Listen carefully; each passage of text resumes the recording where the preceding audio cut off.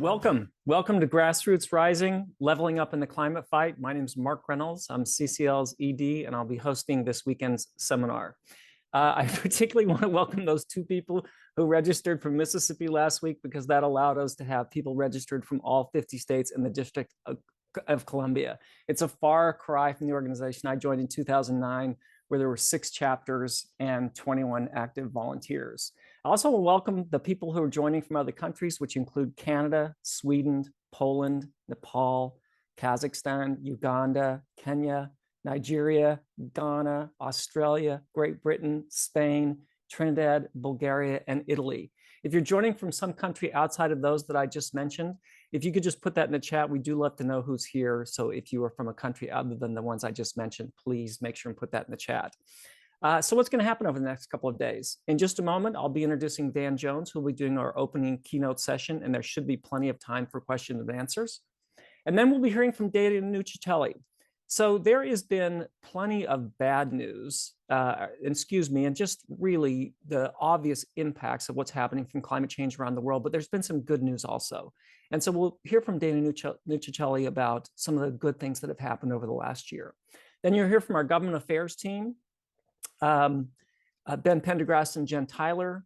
They'll go over kind of the lay of the land and some of the things that have been happening, and emphasize, I'm sure, again, the importance of permitting reform. You know, what got done in the Inflation Reduction Act on the climate issues were really important, and the most money ever allocated from any bill ever. But if we don't get permitting reform done, then we're not going to be able to implement all those. So it's really important that we continue to push on that. Then we'll hear from some CCL group leaders. All of the innovation that happens in this organization always happens from CCL group leaders.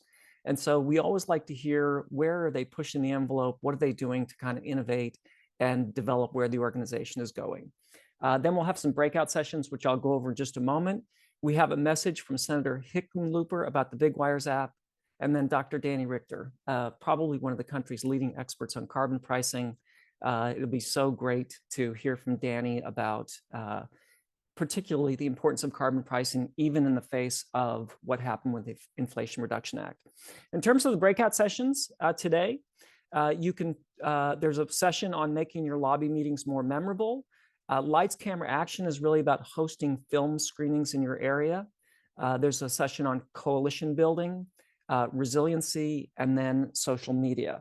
Now, hopefully you can join us also for tomorrow. Tomorrow, there's going to be a session on improving lives through game-changing climate cooperation, motivational interviewing. You know, we have for the last 15 years trying to improve our ability to communicate on climate change. And the vast majority of it has been about trying to be better listeners. And that's really what that session is about. And then putting the Inflation Reduction Act into action is not just information about the bill itself, but it's also about, you know, what are the tax benefits for you if you put in a heat pump or buy an electric car? And then the climate advocate training. Some of you will be lobbying for the first time ever with us this week. And if you are, please make sure you attend that session tomorrow. Or if you're new to CCL, please make sure you attend that session. That is absolutely essential, crucial to who we are and what we do as an organization. Okay, one of the things that I like to do is tell our speaker a little bit about the people who they're going to be speaking to today. So first of all, let me just show you what some of those chapters look like around the country. Because of the time zone difference, we weren't able to get some of the international chapters, but let me show you a few of the chapters who are joining us around the US. So there you can see CCL Portland. Great, welcome Portland. There's Traverse City. There's Debbie in Taiwan, fantastic. There's Atlanta. Oh my goodness, great.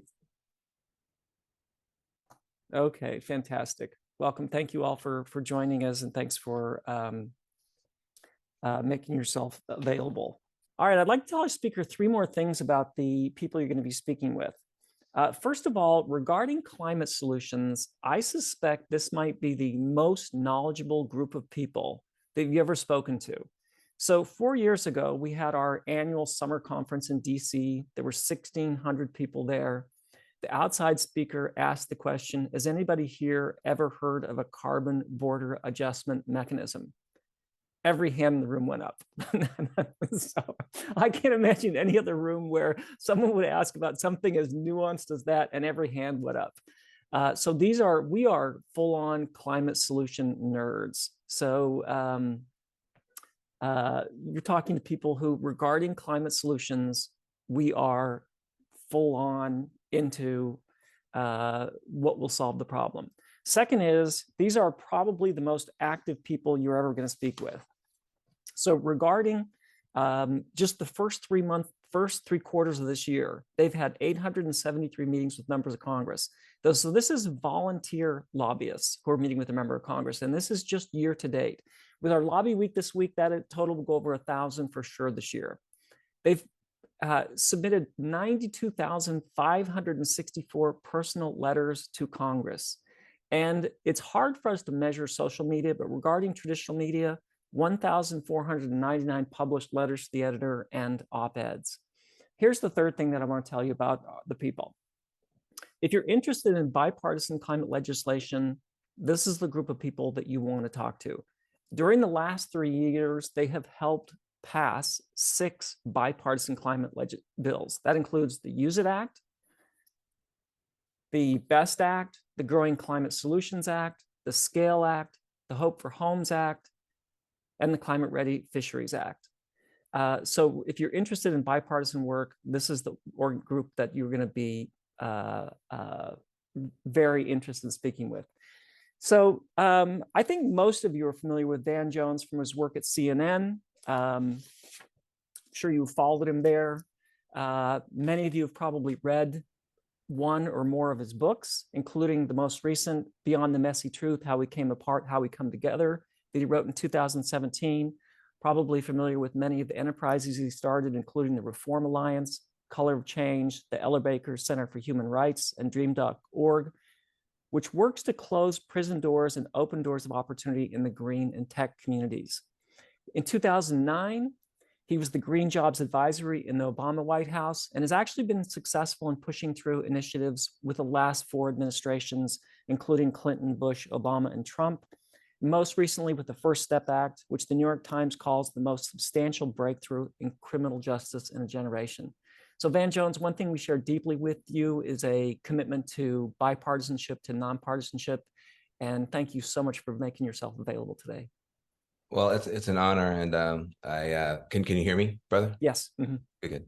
Well, I just want to say how much I appreciate all the people who are on this call. This is one of the few gatherings where almost every single person, I think there's like 788 people on this call, and every single one of the people on this call could be giving a presentation and could be talking about what they're doing. So it's very humbling to be one of the keynote people here. But because we're all kind of on the same team, it does give a chance to talk about things a little bit differently. First of all, we are entering a big picture, a very different scenario than maybe we were facing with the Obama administration when I was a part of the Obama administration in the early days, 2009. In those days, look, we had a $387 billion stimulus. 80 billion were for clean and green solutions. We thought that was an unbelievable $80 billion, like, holy crap. And the idea was, and we should never forget this, that $80 billion, and I was the lead on that. I ran the interagency process for that as the special advisor on green jobs for Obama. That 80 billion, which at the time was the biggest amount ever put on the table by the government, was supposed to be a down payment. And the next step was supposed to be the cap and trade bill that would then pull in trillions of dollars from the private sector into clean and green solutions. Don't ever forget, the government outlay was just a down payment. It was just to prime the pump. What was supposed to happen was that we would then have a price on carbon. That was going to then generate trillions of dollars into this field, and it didn't happen. And the failure of America's government to follow up on that $80 billion of public money with trillions of private money by sending the right price signals may wind up being the most critical failure in the history of our species, because now we are facing a real set of challenges. I don't want to depress anybody. I'll say some positive stuff at the end, but I just want to level set here. I have an 18-month-old baby girl, 19 months old now. She's growing up on a different planet than I was born on. There was no time in the last century when I was born, when I was growing up, where the North Pole was hotter than the Sahara Desert. And at the same time, Texas froze. That was called 2021. 2021, Texas froze. It was 100 degrees at the North Pole and 85 degrees in the Sahara Desert. That's a different planet. That's a different planet.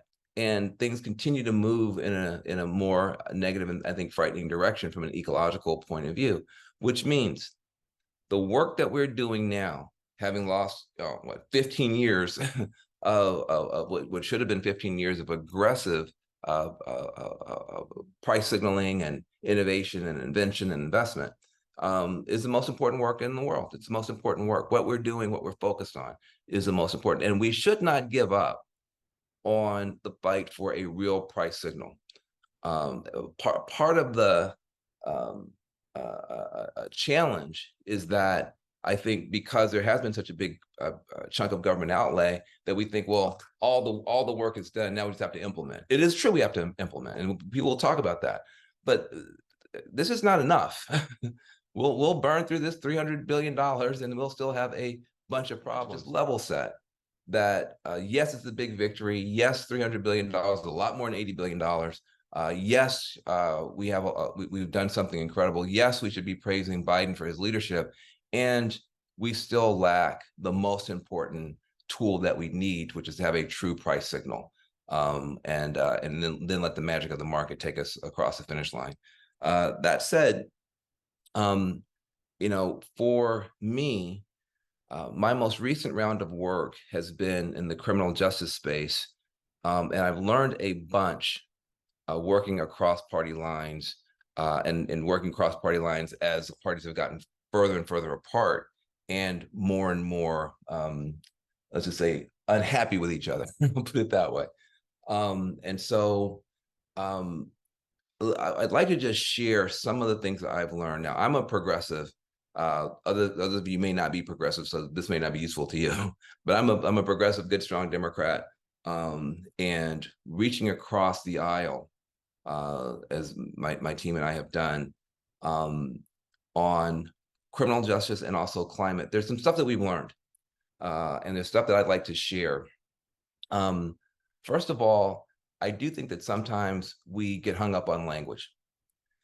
I found it's much better to agree on a principle and let other people say it however they want to, than to try to fight people to have my language. So if somebody doesn't want to use the term climate, that's fine. Like, don't fight them. And like, if climate is a dirty word in their coalition, if it's a dirty word in their district, if it's a dirty word in their house, there's 1,000 ways to talk about this and never use the term climate. Similar, like for instance, in criminal justice. For us on the left, the idea of justice was the whole point. We were like, we think the system is unjust. We want the racial injustice, the social injustice of having the biggest prison system in the history of the world, $90 billion industry, the incarceration industry, 2.2 million Americans in jail, more Americans in jail than any other country, Russia, China, but it don't even come close. That's unjust. And we wanted our conservative colleagues to sign off on that this is a racial injustice. Well, that wasn't their comfort zone.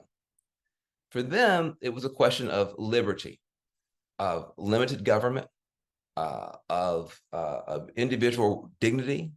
For them, it was a question of having a big failed government bureaucracy that was gobbling up money, the prisons, and putting out a bad result. As a government accountability question. It was a fiscal responsibility question. For some, it was a religious question around redemption and second chances and grace. They had their own set of reasons that were more about individual liberty, less about social justice. Well, rather than arguing about the terms, we said, you know what we're going to do? let's have a liberty and justice for all coalition, okay?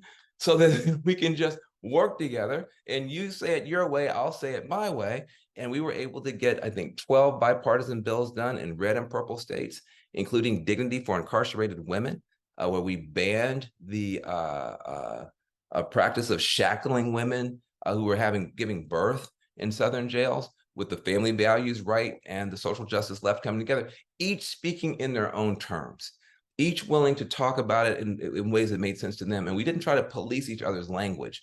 We didn't try to insist that people all speak the same way. And we even got, as you mentioned, ultimately Donald Trump signed a criminal justice bill with Nancy Pelosi and Hakeem Jeffries and others on the left supporting, and Newt Gingrich and Jared Kushner on the right supporting, because everybody was able to have their own language. So I think that's really important. How does that apply in this climate context? We have done, the various organizations I'm a part of have done a lot of quiet work talking to conservative, conservationists, other people who come at this in a different way. They cannot use the term climate with their own constituency. You know that, I know that. We just recover. Let's just remember that term has become so politicized, it's become so associated with progressives that they literally can't touch the term. But the love of God's creation, the love of the great outdoors, protection of America's beauty, investing in America's future, those terms work very well for them. And you have to give them that space and give them that opportunity to speak to their own people in their own way. And allowing farmers, allowing fisher folk, allowing hunters and other people who participate in the great outdoors as a matter of sport and lifestyle, giving them the opportunity to speak about the changes that they are seeing in the climate, which is obvious to anybody who's on the land in any way for any reason. Giving them the opportunity to speak up is important. The other thing we found is that you have a lot of veterans who, there's not a single Pentagon scenario, predictive scenario, that does not assume climate change, doesn't assume climate disruption, doesn't assume climate chaos, and then proceed from there. So what's weird is that you have the Republican Party, which is usually very pro-military, but the Pentagon itself assumes climate disruption in all of its modeling. And a lot of veterans, can speak to that. And that's another voice, I think, that needs to have a place at the table. We need more generals speaking up. We need more veterans speaking up about the need for us to, re-engineer America's energy sector so that we can, fight fewer wars overseas. The last thing I'm going to say is this, and then we'll take some questions. Because of all of the, I'm more of a politics guy than a policy guy. We got a lot of policy geniuses here. I don't consider myself a policy genius at all, but I know a little bit about politics. And what I will say is this: because of what's happening in communities that we care about in the global South, because of the droughts, because of the ecological upset and unsettling, you're going to have a much bigger immigration push from the South, from the global South. You're going to have a lot more Africans trying to get into Europe. You're going to have a lot more people from South America trying to get into North America. And that will create opportunities for politics that I don't like.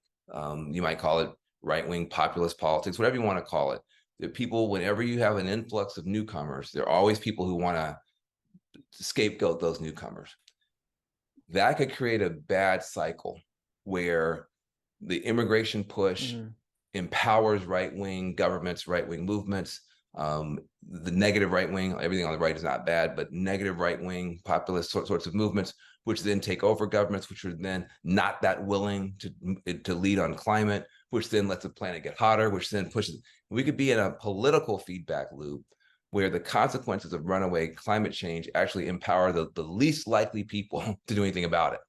That is a big danger, which is why reaching out and trying to get Republican and conservative voters and leaders to embrace this agenda, since they may wind up with more power over time, is so critical. I like doing bipartisan work, not because I particularly like talking to people I disagree with, though I'd get some joy out of that, but because it's just a smart way to do it. Republicans don't win every election, Democrats don't win every election, but we've got to have a stable governing majority for the next 2 or 3 decades to solve this problem. And so the idea that we can just hide in our own corner, talk to ourselves, use language that we like, make everybody else change their language to work with us, and hope that only people who agree with us win office is not the right strategy. The right strategy is to be as big tent as possible, as inclusive as possible, and try to help both political parties develop real champions on this issue who can speak in terms that make sense to them and their constituencies so that we can ultimately prevail. Nice. Thank you so much. This reminds me a lot of the first time Catherine Hayhoe was on our call. And I had always thought the only valid way to climate change was through science. And she's like, no, there's millions of people that want to help, and they want to help based on their faith. And I'm like, whoa, time to open up a little bit, right? Yes, sir. All right, Flannery's been monitoring the questions in the chat. So Flannery, what kind of questions do we have for Mr. Jones? All right, so there's a lot of interest in this question of language, and I think we'd like to hear a little bit more about the idea of the Liberty and Justice Coalition, how you each could say what was appropriate for each side. But we have a question from Tamara wondering, how were you able to get each side to listen? Did you use your language or did you use their language when you were trying to decide to work together? Well, the crazy thing about that, that's actually a very good question, and a question I've not been asked before, which I appreciate. People ask me why, they don't ask me how. The how is about the listening and not the talking. That's the key, is, in order for us to do what we have to do now, some of us have to abandon our early training, which is, how do you lead? Well, you give good speeches, you give good presentations, you make a great TED talk, you learn how to persuade people. The problem is now everybody's in their own algorithmic rabbit hole. These devices are not designed to give you information. They're designed to give you endorphins. They're just designed to keep you stimulated and on the app. They don't care if it's teaching you to praise Hamas. As long as you're on the app, it's fine with them. It's not about information, it's about endorphins. What that means is the person you're sitting next to on the plane or on the bus is getting a completely different reality reflected to them than you are. And you don't know what their phone is telling them. You think when you Google something, everybody gets the same Google search. Well, if you're a conservative, when you Google gun, the first thing it's going to say is, gun rights. And, when you Google, if you're liberal, it's going to say, gun control. Like, literally, your whole world is now being shaped by this device. And by the way, you hold this device closer to yourself than you hold anything or anyone except for your baby and your lover. That's how intimate this relationship is. And you don't hold your baby and your lover all the time. You hold this thing all the time. So it's the most intimate relationship that you have. These apps are not designed to give you information. They're designed to give you endorphins, which means you have no idea what your audience is thinking. You have no idea what the person sitting across from you just saw on their phone coming in the Uber to your meeting. So we have to become as powerful listeners as Dr. King was a speaker. You have to assume that the person who seems completely baffling to you, bewildering to you, how can they think this? How can they act this way? Why don't they? Because they're not in the same movie as you. They may as well be on a different planet from you because they're in a completely different information environment. So number one, you have to know you have to listen a lot, ask a lot of questions. Don't come in to advocate, come in to investigate. That's really key. Number two, friendships matter. And to have a friend, you need to be a friend.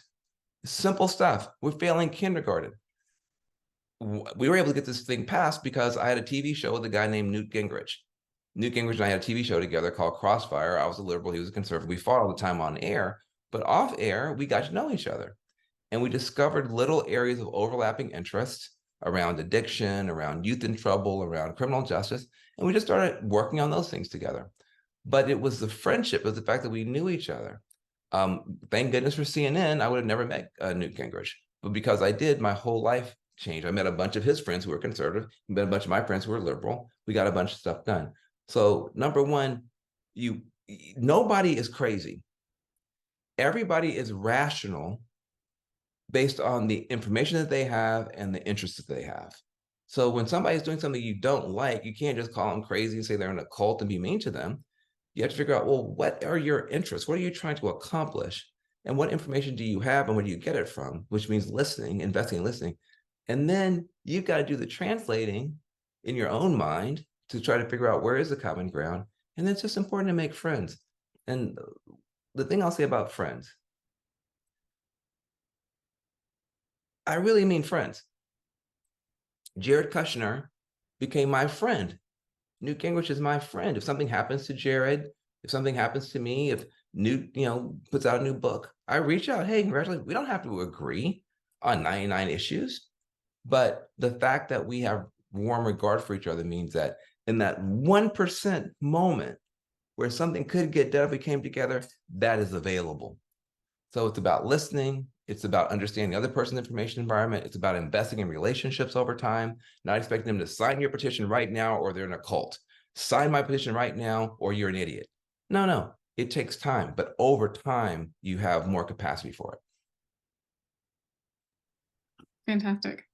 Our next most upvoted question is asking about money in politics. So I really appreciate the point that everyone is rational in the context of their own information, their own incentives. And so Steve here is asking or pointing out that before 2010, there were Republicans willing to work on big climate solutions, and then Citizens United passed. And there's a lot more money influencing our politics. And so he's specifically asking, do we need to overturn Citizens United in order to get meaningful action on from Congress on climate change? But I'd just be interested broadly in your perspective on the influence of money on basically the whole system's willingness to engage with major climate action. Yeah, politicians need votes and they need money. And so the problem that we have now is that the money, is really one-sided in terms of where what you might call legacy in energy or pollution-based technologies or dirty energy or fossil fuels, whatever you want to call it. They're willing to weaponize their dollars to protect their interests. That's a part of the problem. But the bigger problem is actually, do you need votes? And it's become now a cultural issue to be against climate solutions. And so much of what happens now in our politics is more tribal than even, it's not just a failure of us to keep big money out. It's this other problem, which is a failure of us to keep a big community together. And so people are very tribal. I don't know if you guys have been watching the Republican debates. There's no conversation happening in the Republican debates about climate, except to sort of poo-poo it. You're right. 15 years ago, that wasn't the case. And so I do think that any time spent trying to reform our political system so that it's more responsive to real people is time well spent. That said, I don't think it's going to happen quickly, and we're going to have to figure this out in other ways. The good opportunity that everybody has is so much of the money from Biden's, environmental from the IRA is going to red states. You think about red states. Where's the wind energy in America? Where's the solar energy in America? Where are some of the manufacturing sites starting to pop up? For tax reasons and cultural reasons and geographic reasons, red states are going to disproportionately benefit from Biden's success. So there's an opportunity to build on not a big conversation about climate and parts per billion and polar bears in the future, but to build on the economic opportunity that's available to people in red states because of this breakthrough. And so, whereas the political donations may continue to be one-sided, lopsided, and negative, the political consequences of Biden's breakthrough, properly marshaled in red states, should help us build a better constituency. Great point. Well, and one thing that we're doing here in Citizens Climate Lobby is we have regular people coming in to talk to lawmakers. So we're also trying to provide a sort of a counterbalance. There's the, there's the money and there's all those influences, but then there's also real people with our real concerns. And so we have a question here from Justin asking, what's the best way for us to talk to members of Congress in a nonpartisan way, based on your experience? How can we have those conversations that help create more bipartisanship in the climate space? We're all friends here, so we can talk frankly. There's a naive quality to a lot of us in this space. We were moved by the science. We were moved by the rational arguments around the future, about the future. We were moved, but we're weird. Like, most people don't sit around thinking about this stuff. And I think we are often, you make the mistake of thinking, well, this is what moved me, this is what will move someone else. And that's never a great assumption to make. What is going to move a politician is not only rational argument, though that's important. It's not only the science that's important. Politics is about RAP, R-A-P, reward and punishment. That's politics. So if you don't have the capacity to reward a politician with votes, with money, with positive media coverage, or to punish a politician by taking away votes, by taking away money, by taking away positive media coverage, then what you're really doing is just giving their chief of staff or their political director one more meeting to go to today. Because at the end of the day, they're thinking, how is this going to help or hurt my boss? Because usually you don't talk to the congressperson, you talk to their staff. And so that staff member is sitting there thinking, can this group help my boss or hurt my boss? Or is it just some do-gooder group of people with some good ideas? Well, they'll be nice to you. They're not going to throw you out the office. They're not going to, they'll listen. But the next person who comes in and says, listen, we have X number of votes in your district, that group is going to be taken more seriously. The group that comes in and says, listen, we got a grassroots fundraising capacity. We're able to donate money to candidates who agree with us and also who don't. We can endorse. Those things matter. So many of us are in 501c3 organizations that, frankly, are not supposed to participate in electioneering at all.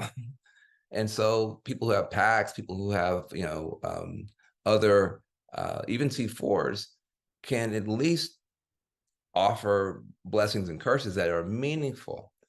And I hate to burst anybody's bubble here, but having spent 30 years in politics, I can tell you, if you had an extra hour to spend on getting smarter on policy or getting stronger on politics, I'd say spend an hour getting stronger on politics, because we already know the policies, we already know the science. What we don't have, we can't honestly tell somebody's chief of staff,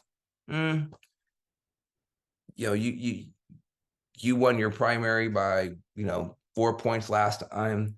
We have enough influence to shave off a point or two one way or the other, and we think it's important that our members be listened to. Like, that's the sort of stuff that people sit up and listen to. When I was in the Obama White House, we had a lot of people who came and wanted to talk to me because I was the special advisor for green jobs to the president. And I'll put it to you this way. If you had 10 people come to your office and 9 of them brought you flowers, and 1 of them had a baseball bat, a chainsaw, and a folding chair, who do you think you're going to pay more attention to? You probably say, this person seems like they might actually be able to cause me some problems. Let me figure out what this person wants. And that's a lot of politics. So I hope that's not too discouraging. No, it's right. We have to think about all the factors, for sure. So we are coming up almost to the end of our time. So I will just ask you one last question and then turn it over to you for any sort of final thoughts you want to give this group. But I'd love to just hear your feelings about the state of climate action in the legislature, the executive branch. Where are we now compared to when you were in the Obama administration? And then, yeah, any final thoughts? Well, we're in a different world, both positively and negatively. Negatively, we're in a different world because the ecological collapse seems to be accelerating, and you can't get away from that. But I mean, the entire Obama stimulus in 2009 was $300 billion. Only $80 billion of that went for climate solutions.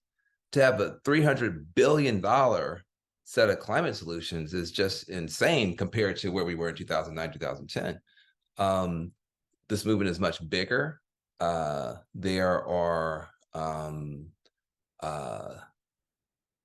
we actually have a clean energy industry to protect, support, and develop. That wasn't true 15 years ago. We were still talking about how you put up solar panels on residential homes. Like, we're way past that. So from a business point of view, from a political point of view, this breakthrough point of view, we're in a completely different world. And, I would just encourage everybody to realize and to remember, it's because of you. It's because of you. It's because of you and people like you going out of your way, sometimes paid, sometimes not paid, sometimes not paid very much, fighting to try to get this done.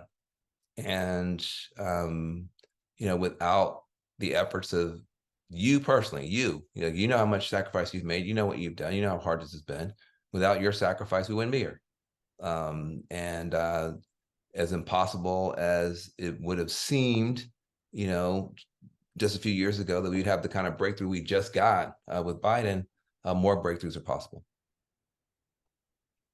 Fantastic. Well, thank you so much, Van. I know if we were in person, you would be getting a standing ovation from all our volunteers here today. So thank you again so much for your wisdom and your insights here.